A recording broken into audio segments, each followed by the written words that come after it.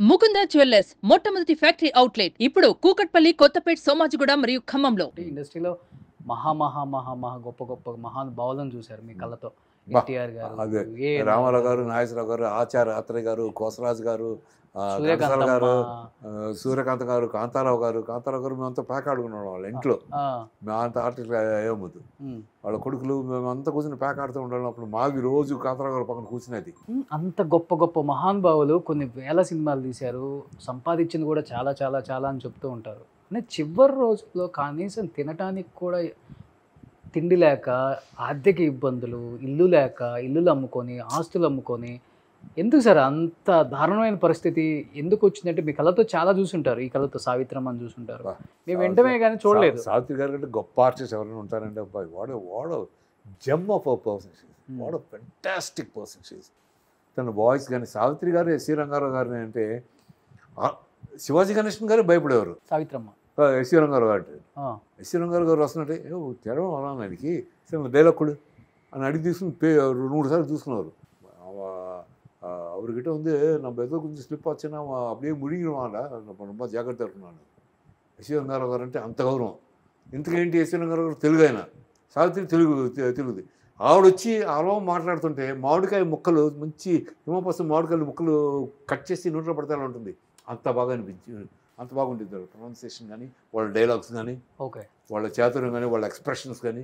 సావిత్రి ఒక్క మొహంలో ఎన్ని అసలు నవరసాలు చూపించేది ఆవిడ. ఎస్వి రంగారావు గారు అయితే ఇంటర్నేషనల్ స్టార్. ఎస్వి రంగారావు గారు కానీ, ఎంఆర్ రాధా గారు కానీ, Radhika father, what an artist is. ఎందుకు చివరి రోజులు అలాంటి పరిస్థితులు వచ్చాయి వాళ్ళకంటే? మీ కళ్ళతో చూస్తున్నారు కాబట్టి, అది నాన్నగారు చెప్పిందో లేకపోతే మీరు చూసిందో అంటే అదే వేరే వాళ్ళని నమ్మా ఏమార్చా ఏంటి అసలు అది రీజన్ అంటే వన్ రీజన్ అంటే ఆ రోజుల్లో మన హీరోస్ కానీ, క్యారెక్టర్ ఆర్టిస్టులు కానీ ఈ రోజుల్లో ఉండే స్మార్ట్నెస్ ఆ రోజుల్లో వాళ్ళకి లేదు. వాళ్ళేంటి ఇదే పర్మనెంట్ అనుకున్నారు.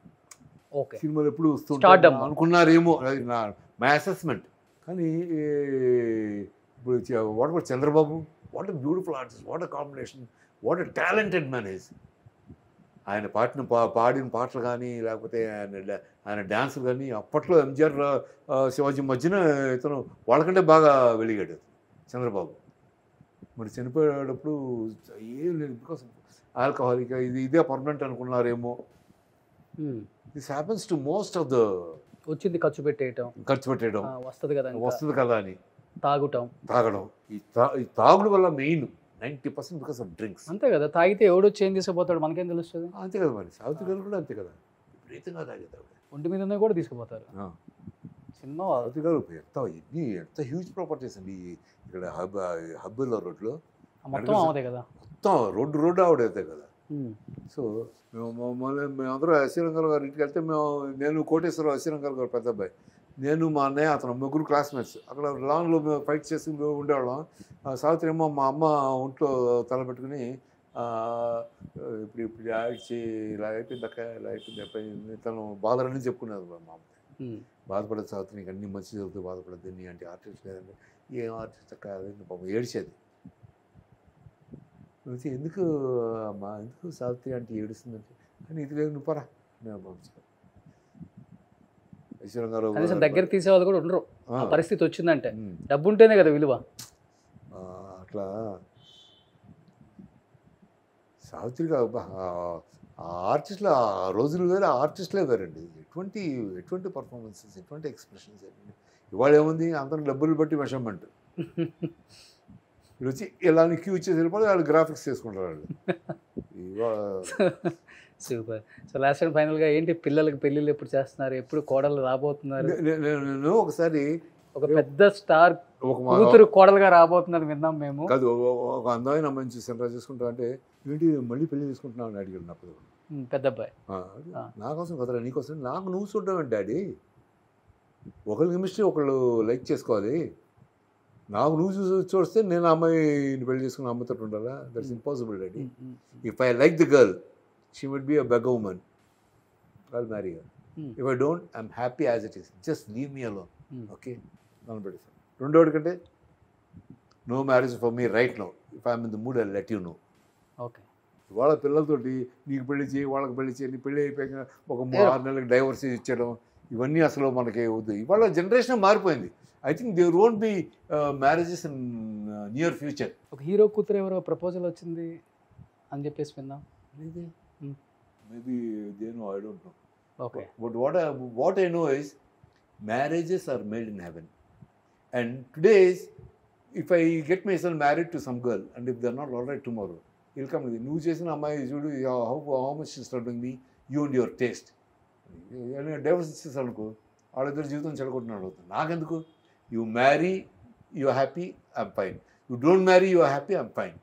అంటే marriage days are gone, those days are gone. Today you cannot నన్ను బెదిరి పెళ్ళైనంత ఈజీగా విడాకులు కూడా అయిపోతుంది. పెళ్లి కంటే ఫాస్ట్గా విడాకులు అయిపోతుంది. అంత ఈజీగా అయిపోతున్నాయి విడాకులు ఊరికే. Become very simple. For example, one of my friends best friend, she is a multi-millionaire. She arranged a charter flight for all the invitees and got the couple married in Thailand. ఒక island book చేసి, hotel book చేసి, festival hotel book చేసి 5,000 guests and 30-40 కోట్లు అయింది మ్యారేజ్కి. Marriage next month the got divorced. Okay. కాకపోతే ఆ పెళ్లి అరేంజ్మెంట్స్ అవి ఇవి చేసిన వాళ్ళందరూ బతికారు ఆ 40 కోట్లు. సూపర్. సో ఇవాళ ఏంటంటే, I think in future people live together. Daddy, she is my girlfriend. Daddy, we are living together, Daddy. And they have a love child. Oh, Arnal ito untaru, Arnal nato untaru. But love is not the same every day. After 10 years, your love will change. Change అవుతుంది అంటారా? It will change. You are there in the society with your wife just because of your name and because of the society. ఉండాలి కదా, పలానోడు కోళ్ళంట, పలానోడు కూతురంట, పలానోడు పిల్లలంట, భార్య అంట. But actually you don't like that girl. భార్యని girl friends ఎంతమంది ఉంటారు? అదొకసారి ఆలోచించారా? మనకి అమెరికన్స్కి తేడా అది.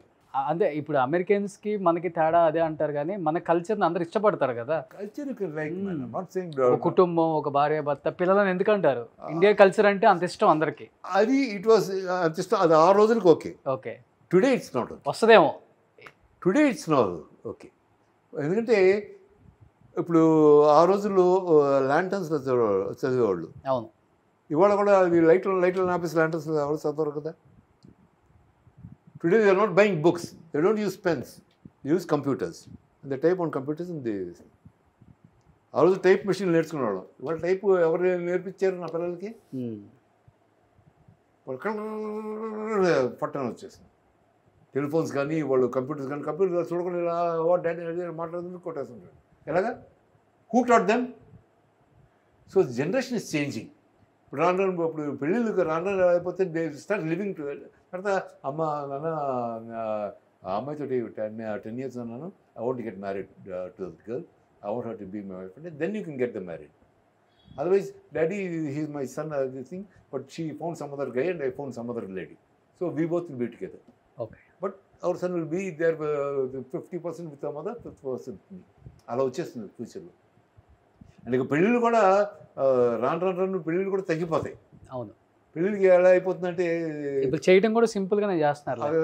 పెళ్ళి అసలు ఎలా ఉంటుందో బెస్ట్ ఏంటంటే, గుళ్ళో పెళ్లి చేసుకుని ఒక ఫోటో తీసి, ఇదివరకు పేపర్ ఉంటుంది కదా, సితారా పేపర్, అలా పెద్ద పేపర్ ఒక ఫుల్ పేజ్ చేసి వాళ్ళకి, నా కూతురు నా కొడుకు పలానా గుడిలో పెళ్ళింది, చూసి చూసిన వాళ్ళందరూ బ్లెస్ చేయండి, thank you for your blessings అని పేపర్లో వచ్చేస్తారు.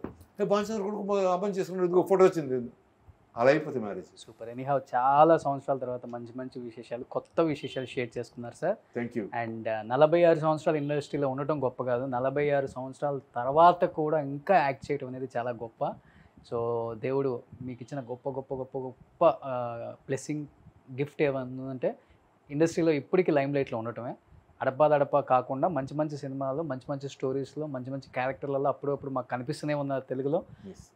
భానుచందర్ అనే వ్యక్తిని మర్చిపోయేలో ఏదో ఒక సినిమా వస్తుంది. సో అలాంటి ఒక మంచి మంచి సినిమాలు చేస్తున్నారు. ఇప్పుడు రాబోయే సినిమా అన్నది కొత్త సినిమా వచ్చి వార్మెన్. ఓకే. It's wonderful film. అంటే నాకు, I'm not saying that everybody will like it. For me, నేను చాలా సినిమాల తర్వాత ఇప్పుడు కివోర్ అనే director, Karthik is the hero of the film and I'm playing a major character in that role. బ్యూటిఫుల్గా తీసిన, he's the DOP for the film. Okay director himself is DOP, Oh. అద్భుతంగా చేశాడు. ఎలా ఆడుతుందో అది తీసి పక్కన పెట్టేసి as film making it's like Hollywood film. Super. మీరు ఇలాంటి సినిమాలు చేస్తూ మంచిగా హెల్దీగా హ్యాపీగా ఇంకొక 100 years వచ్చిన దాకా, అయ్యో ఆల్రెడీ 72, ఆల్రెడీ 72. ఇంకా 100 years వచ్చిన దాకా ఇంతే హెల్దీగా ఉండి అందరికీ మీరు ఒక రోల్ మోడల్గా ఉండాలని మనస్ఫూర్తిగా కోరుకుంటున్నాను. Thank you, వాంఛన్న thank you, గారు, thank you, thank you. Thank you so much sir. Thank you God bless you నాన్న. Thank you sir.